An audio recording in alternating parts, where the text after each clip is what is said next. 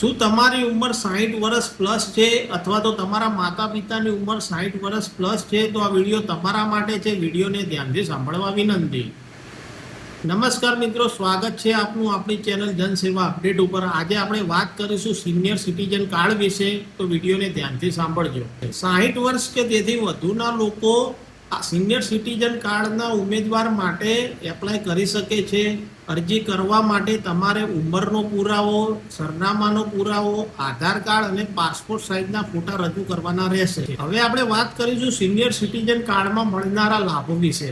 તો senior citizen કાર્ડમાં તમને સરકારી યોજનાઓમાં લાભ મળી શકે છે અને વિવિધ મુસાફરીઓમાં પણ તમને લાભ મળી શકે છે. સિનિયર સિટીઝન કાર્ડ માટે અરજી કરવા માટે તમે નજીકના જનસેવા કેન્દ્ર, મામલતદાર કચેરી અથવા તો કોઈ પણ સ્થાનિક સરકારી કચેરી ઉપર જઈને અરજી કરી શકો છો. અરજી કરતા પહેલા તમારા જિલ્લામાં હાલમાં કઈ પ્રક્રિયા અમલમાં છે તે જરૂર ચકાસો. તો મિત્રો, આ હતી સિનિયર સિટીઝન કાર્ડ કઈ રીતે મેળવવું તેના વિશેની માહિતી.